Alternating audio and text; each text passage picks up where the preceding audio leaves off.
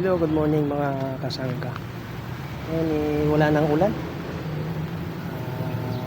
Panahon na para makapag-vlog tayo dito sa ating paligid mga kasangka. Update ko sa inyo kung ano yung meron dito sa ating asyenda.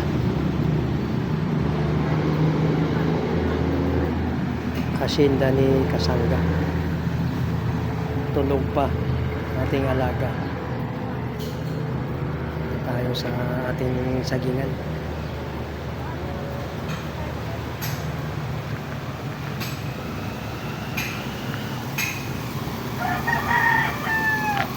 Ito yung ating saging.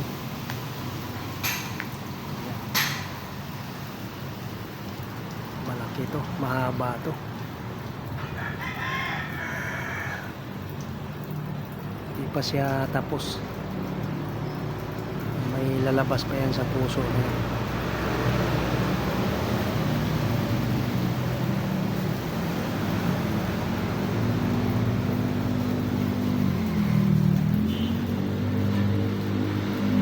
Nilagyan ko ng tukod dahil pagka medyo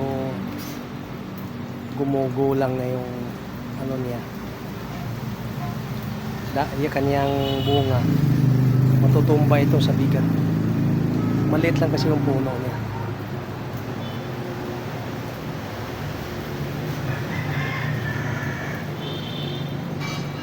Maliit lang yung puno.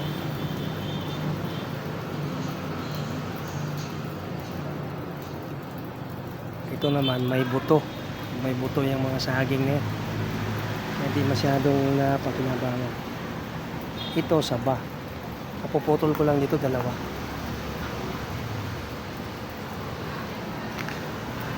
Tayo sa ating paligid.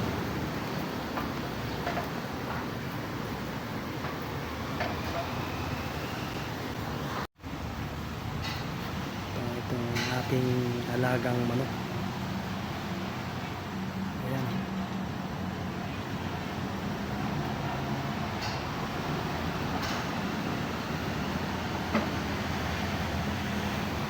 May lahing Texas kasi kaya masilan yung sisiw. Ito ang sisiw natira, tatlo na lang yata o tatlo.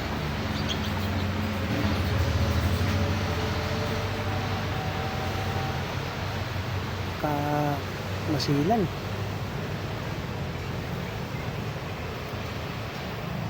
Ito yung ating 7 na pirasong itik na sisiw pa lang.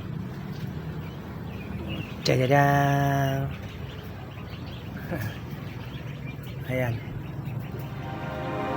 Mahilap sila.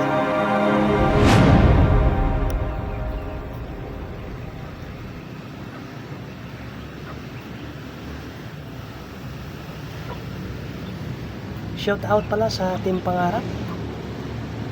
Maraming salamat sa inyong suporta sa ating YouTube channel. Shout out din po sa YTE family. Maraming salamat din po sa inyong suporta. Ito sa awa ng Diyos, wala nang masyadong ulan, makulimlim pa pero di na masyadong masama ang panahon kagaya ng mga nakaraang araw na talagang maulan dito masyado. Grabe ang baha dito. Talagang nag-iwan ng bakas si Bagyong Karina. Maraming salamat sa mga sumusuporta sa ating YouTube channel, sa inyong walang sawang suporta.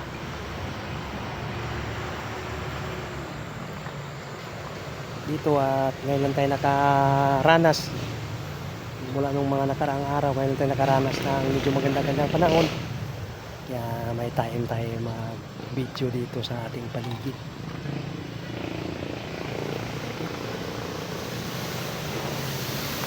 Yung aking paligid dito, matataas na sampalok,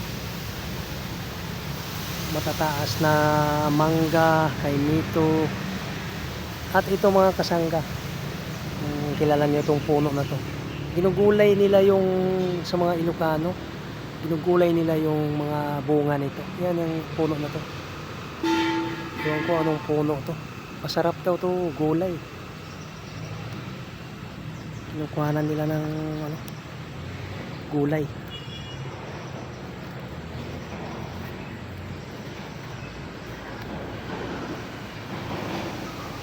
Ito yung lugar ko natitirahan, kaya nga medyo malamok dahil nga sa mga paligid mga damuhan.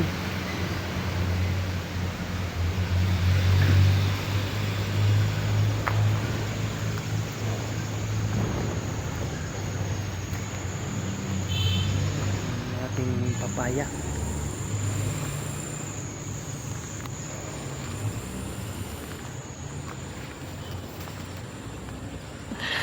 Sana all.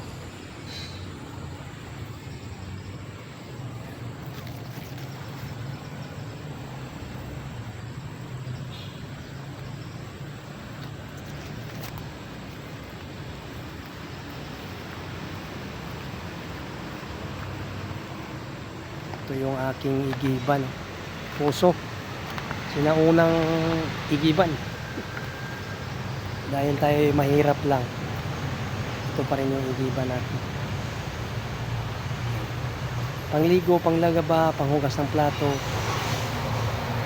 Pero yung iniinom namin, bumibili kami, mineral water. Kasi lalo na may mga bata, parang tingin ko hindi safe dito. Hindi safe yung pag-inom ng tubig dito sa puso o bumba. Ito mga kasangga, yan yung lumubog, yung itaas na yan, yung bagyo. Kaya yung tubig dito daloy sa amin kasi nandito lang kami sa baba. Yan yung bakod, nasira nga yung bakod dahil sa wala namang hangin, kaso lang yung tubig sa gilid dumaan.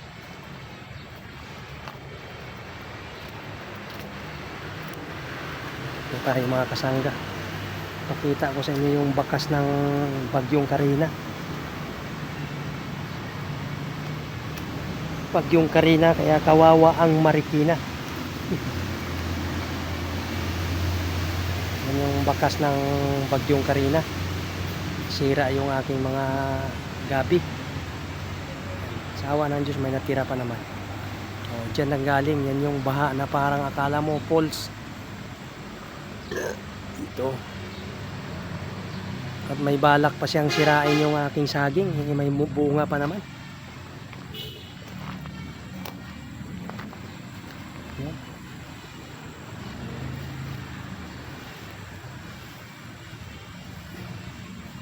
Ito yung saging natin. Kalahi rin niya yung kanina mga kasangga. Dalawa to, ito yung isa nagtatago, nahiya. Yan. Ang baba lang ito, mga 5 feet lang.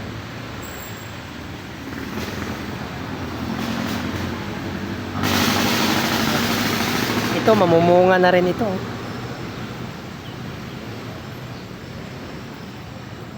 Mamumunga na rin.